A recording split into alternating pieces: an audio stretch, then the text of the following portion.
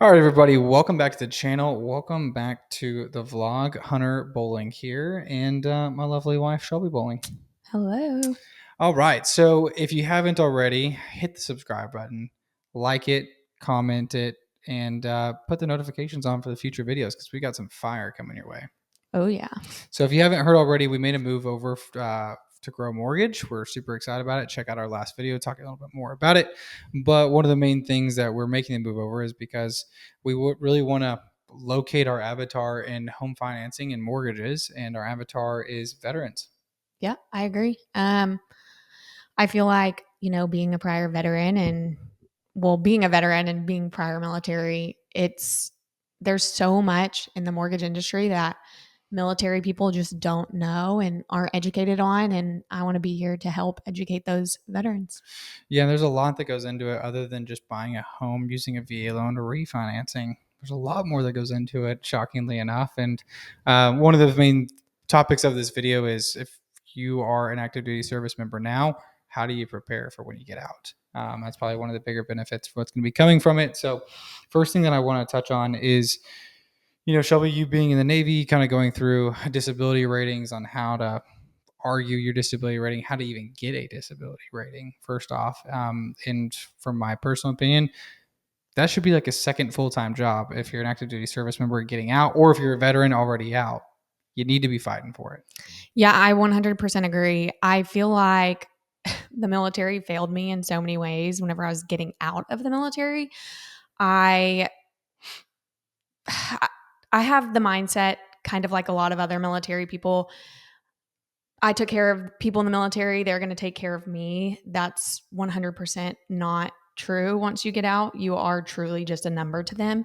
Um, so I wasn't very educated on my disabilities and how to go about filing disabilities.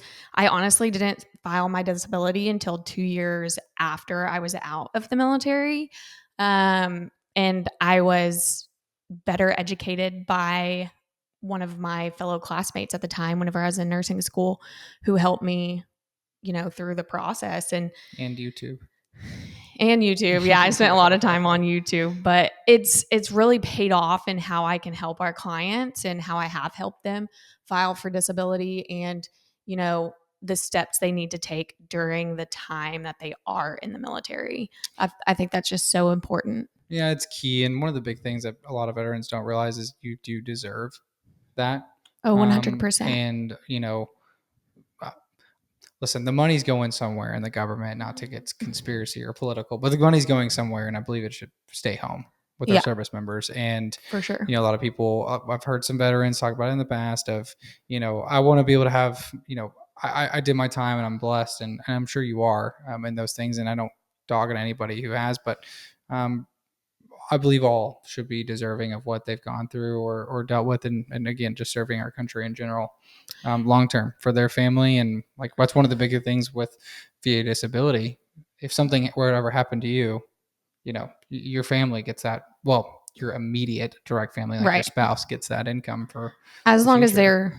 they don't remarry. Correct, as long as they Yeah. don't remarry. Yeah, exactly. Before Well, the age of 55.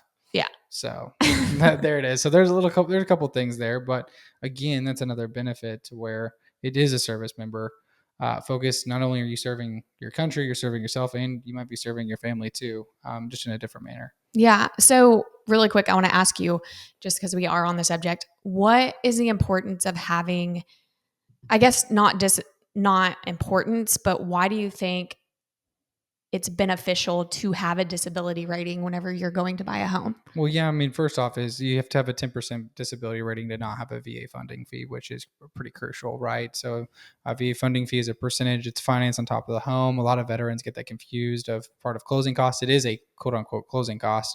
It's usually financed on top of your mortgage or your loan amount that you're financing. There are times that you can pay for it out of pocket and things like that too. But just a 10% disability rating will then waive that fee for life. So it doesn't pay for all of your closing costs. It pays for the VA funding fee. That's number one. I mean, number two is that could allow you to finance more home, right? If you're Yep. trying to get to the 400 to 415 range or something, or that might help you increase your buying power to find the right home for you.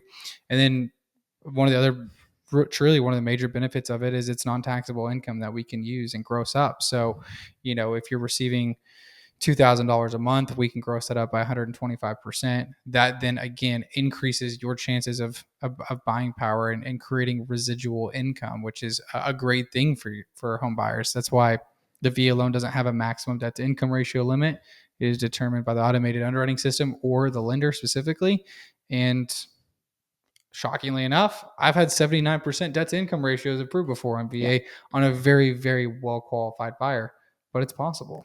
So what's the difference in DTI for a VA home versus like a conventional loan? Well, VA, there is not any Right. requirements, right? So conventional, you're maxed at 49.99% DTI, regardless. I mean, that is a set in stone figure. FHA, you can go up to 56.99 on occasion. And really, that's maximum opportunity. So you're maxing out your capabilities there, which you might not even be approved there either. So the VA loan gives you the greatest opportunity for your buying power. Right. And not to mention you have no down payment. Yeah, no down payment. And people think, real estate agents specifically, believe that zero down means less qualified. We've had a couple $1 million buyers in the sense of $1, $2, $3 million homes that are more well qualified than my 500,000 that's putting 20% down in conventional with zero Yeah. down. And I feel like real estate agents need to be better, not qualified, better educated on the VA loans themselves, which is why, we tend to help educate them. But they are so misleading whenever we get new real estate agents in VA buyers. Yeah, they don't understand it, and they probably had a bad experience, truthfully. And Right. I don't blame them because unfortunately, there's a lot of loan officers that don't know how to do it, Exactly. which is a major problem within itself. That's why I ask people. You know, I just got off a client literally an hour ago, and they're in the process of getting a home loan, and their lender missed an incredibly large step on their VA loan.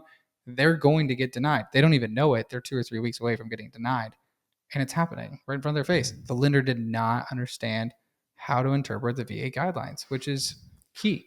And sad. Yeah, it's I hate horrible. it for VA buyers because it is such a home for me and my VA clients. I mean, you would think that everyone. I mean, and I don't blame the. I'm not like blame the loan officer or anything, but it is there are people to blame, and you have to find it. So having people like a team that is educated on it is so key. One of the things that I really wanted to touch on with you is, for our service members active currently, going to be getting out 1, 2, 3, even 4, maybe longer down the road. How important is it to start documenting your health records? Throughout the process of being in the military? Yeah, so I feel like this is where I wasn't educated while I was in the military is documentation is key. There were multiple situations where I had been hurt and it was just pushed to the side in the military and it wasn't documented properly. Um, and it kind of bit me in the butt later on trying to fight for my disability ratings. But it is so, so, so important from the day that you sign those papers in the military, whether you're in boot camp or you're an officer candidate school, like you need to start documenting anything that happens to you in the military. If you break a fingernail, If you break a document fingernail, it. yeah, Yeah, literally. seriously. If you, Date, time, everything. yes, if you have any back problems, if you have a headache, you need to have them document it in your medical record because headaches could lead to so many other issues, secondary issues that people don't realize could be a problem, whether it's anxiety, back problems, neuropathy. I mean, a headache can derive from anything. And it's just so important that everything's documented so that whenever you go to file your disability, they can go back and be like, oh, well, this was in her medical record. Yeah, I mean, and that's it. That's what they go off of. I mean, if you look at anything military or anything VA, the systems look like they're from 1945 and they haven't updated since World War II. So, when you start updating those things, it's like, okay, now we have a paper trail. Now we can track everything. Now we give you an opportunity to go and argue your disability rating. And there's a lot of benefits that come from. There's tax benefits, right? The higher percentage in the state of Texas specifically, you get tax benefits. Is it incredibly large? No. on property tax benefits. It's not. Get to 100% though, those property taxes are then waived. Which is huge, especially in Texas, where property taxes are significant right now. Yeah, we have VA buyers coming from California right now, and he's like, yeah, they don't get you a state income tax, but they get you the property tax in Texas. It's like, yeah, absolutely. Gratefully, he's 100% disabled, and That's going to save him $1,000 to $1,500 a month. on his house. Yeah, I mean, it's Yeah. crazy. And then again, it increases buying power. It gives you more options, which I think is key for our veterans, is educating what are your options and how do we help get you there. So, Yep. like you said, documenting is the first step to success, which I hate to say it, but that's key. Right. Let's talk about debt. And active duty members like to go buy Things. nice cars. Lots of things. Yeah, and that's a big one, right? It also affects credit. So let's talk credit and debt a little bit. I remember my chief in the military. He would always be like, Coffin, that was my last name at the time. You need to save your money, save your money, save your money. And I remember being like, but I have all this money. Like, you make money to spend money. Yeah, don't do that. No, please don't. And please don't go buy new cars. On those things, in the sense of what you're wanting and outbid it. That's one of the biggest, like you said, you get overseas, you get over where something's missed, credit drops. I mean, there's a lot of things that come from this that can be very detrimental for you long term. Right. And it's installment loans can take 2-3 years to get off of your credit on late payments. And people are not educated on that. And I knew so many military people whenever I was in that were getting installment or personal loans. It's just the worst thing you can do for your credit. Yeah, and it long, especially if you're making a bad payment or a late payment, excuse me. There's just a lot of things that can hurt and affect you, to where you're in an opportunity when being in the military to receive BAH, BAS, hazard duty pay. Yeah. I mean, there's so many things where you're like, oh, I have this lump sum of money, let me go spend it. The answer to that is no, don't. Let's start looking into what's investing, right? So that's a kind of a good point of where we can lead into, if you're in active duty military, would you have gone back? I'm gonna ask you a question. Would you have gone back and bought a house, and then bought a house, and then bought a house where you're PCSing, or you were changing your orders and going to be there short term or long term? 100%. How many investment homes would you have because of it? Right. I would have many investment homes. I wish I would have been more educated on the VA loan. Honestly, I didn't even know what it was until I got out of the military. I mean, I knew about it, but I was like, oh, I don't plan on buying a home anytime soon because I'm single and not married and all this other stuff. But if I was more educated on the investments of property, that's like the best investment you can have. Yeah, equity building, tax benefits, stability, real estate investment. I mean, overall, it's not only building a portfolio with you, because a lot of people don't realize you can have more than one active VA loan at a time. Right. And there isn't a distance requirement. There isn't an occupancy requirement, which is really big with VA. FHA does. You have to live in that property for 12 months, or there has to be a continuing circumstance, job change, something like that. But VA doesn't have that. So if you intend to occupy the residence, or a spouse intends to occupy it as a primary residence, you could purchase a home, right? And that's where you can then use your BAH to help you qualify. Right. But you do have to have a certain income requirement to have multiple VA loans at a time. Absolutely. But overall, in sense of, you can then purchase multiple homes while you're PCSing, while you're changing, while you're moving, doing those things. One of the biggest things is, like, a lot of people don't realize, as long as a direct married spouse is moving into that property, you can buy a home as a primary residence. You could live in the barracks we claim it as free, right? We're living in the barracks, and your spouse could then move into a home and claim it as a primary residence, and now you guys have a home, which is, again, key to long-term success. Right. I agree. I don't know about if they are living in the barracks, if they're still getting their COLA pay, or if they're getting that home pay. They'll still get, if they're claiming getting BH or BS, they can actually still get that. Or most of the time they get it. So Okay. Yeah, they can use that income again for qualification, which is Because another we key piece. recently just had a client that did that, and Yep. his wife and kids moved here, and he stayed wherever they He were. was in DC. Yeah. Yep, and he was receiving BH, and we use that to qualify for the home because he's going to continue to receive that. So, really key is what we're trying to explain to you as veterans is this is an opportunity to where you can then, build a foundation, build a real estate investment portfolio, prepare you for the long term of what's going to be happening in the US. You're seeing companies right now like BlackRock. They're buying up every single family residence home they can, right? Those home prices are going to outprice you as a home buyer, which is the problem, Yeah. right? The way the I home prices agree. have gone. So trying to educate, keep it light, keep it fun, but at the same time is it needs to be seriously talked about. Yeah.